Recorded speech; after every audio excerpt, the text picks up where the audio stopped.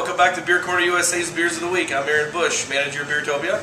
I'm Chris Bettini, bartender down here at Crescent Moon and Beercorner USA.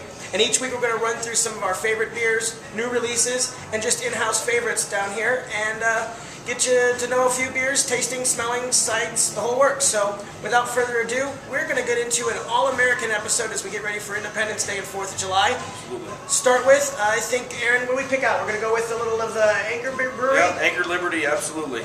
Anchor Brewing Company is a well-known American classic brewery. It's founded originally in 1896, but then re-established in 1965 by Fritz Maytag. And this is a very popular, or I should say very important, brewery for the United States craft brewing industry, because from here, all things move forward.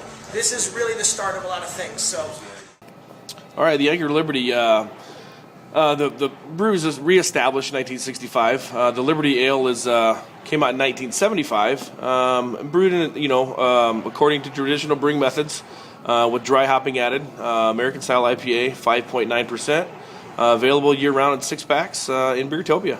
We're gonna start with this Liberty. This is kind of the original American IPA back in the day. Unique. Back in the day, nothing was really super crazy hoppy. Brewed very traditionally. Perfect color.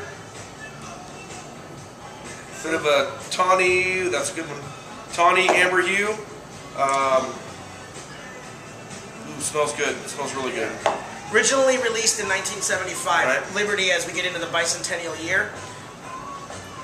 That American IPA, you get that citrusy smell, but not as big and bold as some of the other American IPAs of current breweries. Yeah, but this is the one that started it all. This is the start of the IPA craze.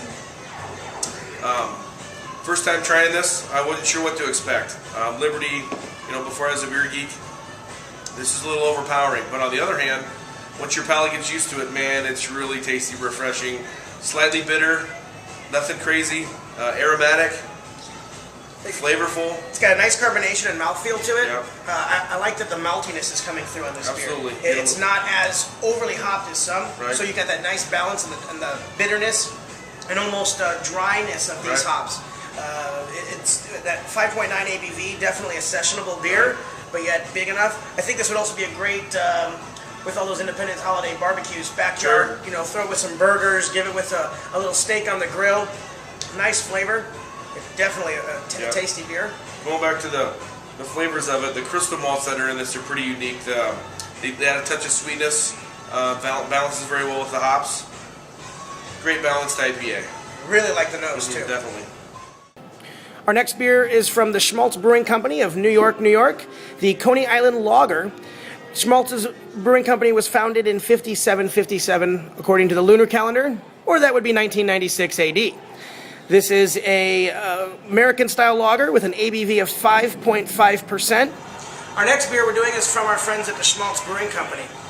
Definitely the brewery with shtick. Now, this brewery out of New York, New York, founded in 5757 by lunar calendar standards. Right. That's actually 1996 for all us common folk. Right. And the Coney Island Lager is a really unique beer from their Coney Island series. These beers, money does actually go back for the preservation of Coney Island, and the Coney Island Lager has 8 malts, with the last of the hops, there's 6 of those, coming in as a dry hop at the end, and then Czech Pilsner yeast. ABV of 5.5%, and it's available in these nice Great Bombers year-round, and we have a summertime only package here of their mixed Coney Island beers with 3 other varieties as well. So right, total of 4 lagers in that mixed pack. Oh, the smell is amazing on that, Aaron. Good than that. Holy cow! Wow, wow. I'm getting just all these great sweet smells coming off this beer. Get the hops. I don't get the hops in the smell. Do you? Earthy? No. No, not at all. All malt. Definitely lager. Ready? Wow. Wow, that's good. I mean, I forgot how good that was. That beer has just got a nice tongue, mouthfeel. Yeah. Carbonation's perfect. Good on. Oh wow. Flavor hops. Yeah, very good. So this is almost, even though it's an American lager, it almost is reminiscent in color to that American Amber, but very close. Not as sweet. Just goes to show you that color doesn't define a beer. All right, last beer of the evening, Lakefront Brewing Company out of Milwaukee, Wisconsin. The brew was founded in 1987, and the beer we're going to be doing tonight is Bridge Burner. It's an American strong ale, 8% ABV, similar to barley wines and old ales, malty, hoppy, delicious beer.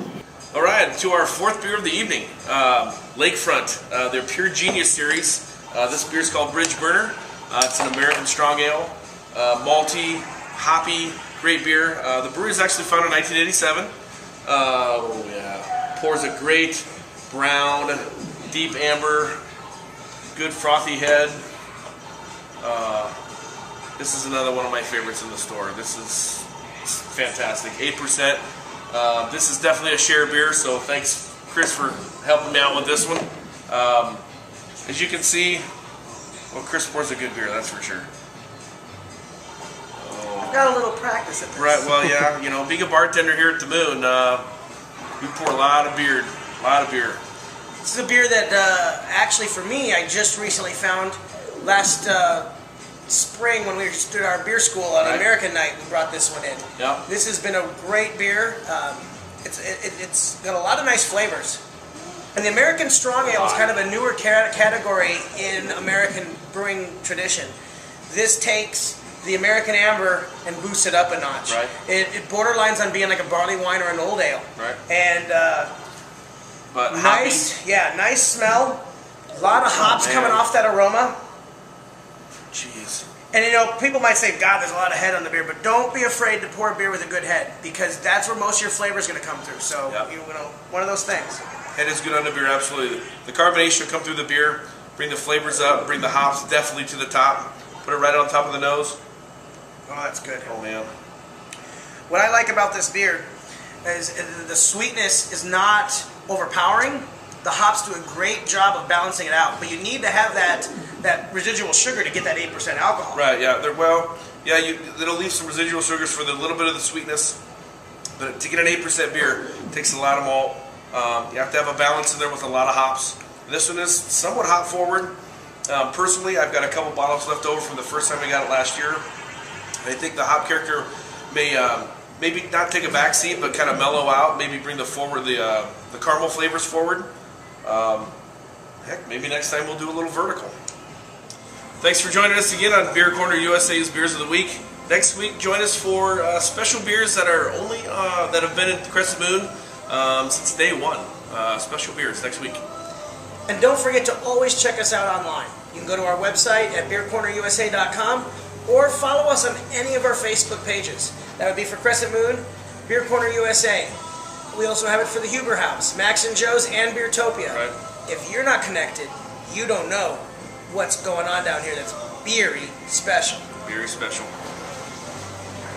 Cheers, guys. See you next week. Thank you.